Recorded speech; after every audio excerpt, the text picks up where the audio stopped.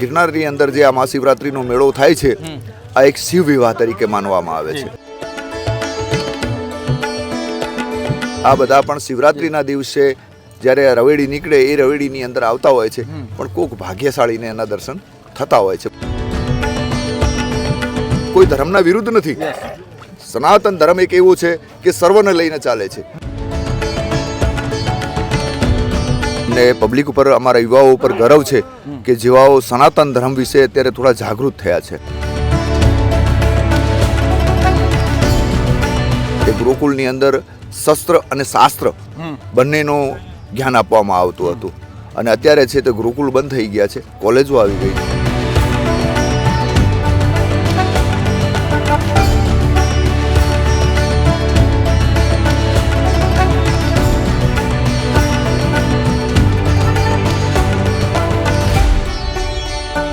ધીંગી અને ગરવેલી ગીરની ભૂમિ હોય, પર્વતાધિરાજ ગિરનારનું સાનિધ્ય હોય, અને એમાં પણ સંતો હોય, સંતો બિરાજતા હોય, સંતોનું સાનિધ્ય હોય. અનેક લોકો ભવનાથના મેળામાં આવતા હોય છે. ભજન, ભોજન અને ભક્તિનો ત્રિવેણી સંગમ હોય છે, અને દૂર સુદૂરથી ન માત્ર ગુજરાત કે ભારત પરંતુ દેશ વિદેશથી લોકો છે ત્યાં આવતા હોય છે, સંતોના સાનિધ્યમાં આવતા હોય છે, અખંડ ધૂણાના દર્શન માટે આવતા હોય છે. ત્યારે આપણી સાથે હિન્દુ રાષ્ટ્ર મહાસભા અધ્યક્ષ ગોપાલ નંદગીરી બાપુ જોડાઈ ચૂક્યા છે, તો આવો તેમની સાથે જ સીધી વાત કરીએ, વાત ગુજરાતી પર.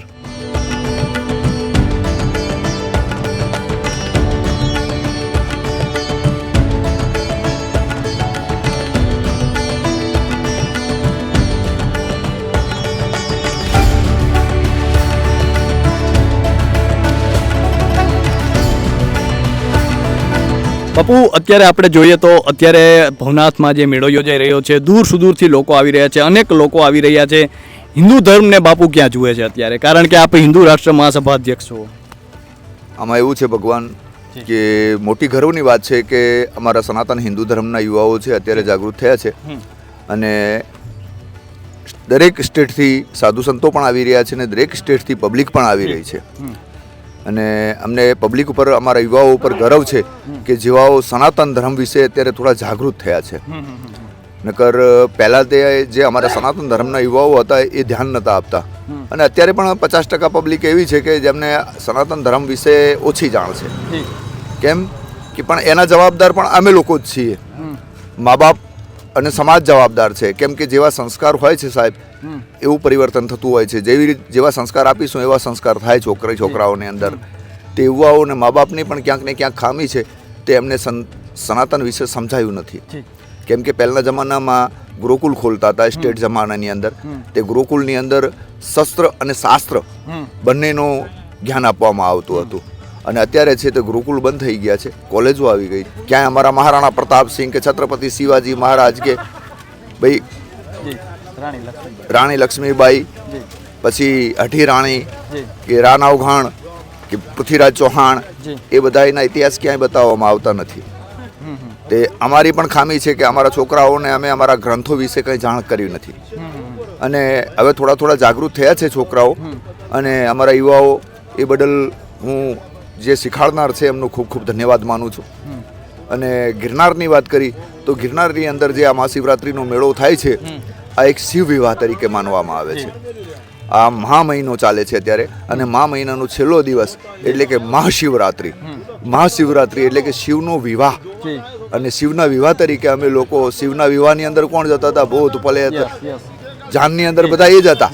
તો આવી રીતે અમે બધા સાધુ છીએ જે દિગંબરો નાગા, એ બધા આખા શરીરની અંદર ભભૂતિ રમાડી અને સાઈ સ્નાન કરવા જઈએ અને મુરગીકુંડની અંદર સ્નાન કરીએ. આપણા 7 ચિરંજીવી કહેવામાં આવે છે સનાતન ધર્મની અંદર. 7 ચિરંજીવી કહેવામાં આવે, અને 5 થી 7 અમર છે, જે કે રાજા ભર્તૃ છે, રાજા ગોપીચંદ છે, રાજા હરિશ્ચંદ્ર છે, તારામતી છે. એ બધા પણ આ નવનાથજી મહારાજ છે, ગુરુદત્ત ભગવાન છે, આ બધા પણ શિવરાત્રિના દિવસે જ્યારે રવેડી નીકળે એ રવેડીની અંદર આવતા હોય છે, પણ કોઈક ભાગ્યશાળીને એના દર્શન થતા હોય છે. બધાને કંઈ એના દર્શન થતા નથી. હોમાંથી કોઈક એકાદો વિરલો એવો હોય ભાગશાળી અને ભક્તિનો સાચો હોય એને એના દર્શન થતા હોય છે. એની માટે આ બધાય દર્શન કરવા જાય, અને જ્યારે સાધુઓ બધા અંદર પડે અને જે માતાજી મુરગીકુંડની અંદર ગંગા માનવામાં આવે, એનું પાણી લઈને પછી પબ્લિક ઉપર છાંટે એટલે પબ્લિકને ગંગા સ્નાનની જેમ એટલું પુણ્ય મળતું હોય છે અને પબ્લિક જાગૃત થતી હોય છે. એની માટે આ પર્વ મનાવવામાં આવે છે. બાપુ, અત્યારે આપણે જો યુવાનો ખાસ કરીને સૌથી વધુ દેખાય છે ભવનાથમાં, તો એ મોજશોખ ખાતર આવે છે કે પછી ખાસ કરીને તેનામાં તમને અત્યારે જે સનાતન સંસ્કૃતિ મોજશોખ નથી, કોઈ ધર્મના વિરુદ્ધ નથી.